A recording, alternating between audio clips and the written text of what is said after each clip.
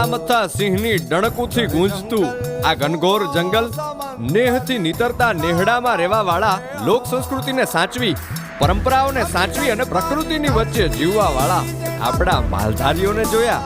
અને પર્વતાધિરાજ કહી શકાય એવો રેવતાંચલ પર્વત એટલે કે ગરબો ગઢ ગિરનાર, એને પણ આપણે જોયું.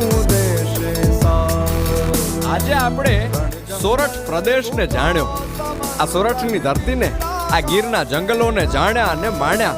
આ હતી આપણા મલકની વાત. આ છે ધન્ય ધરા ગુજરાત.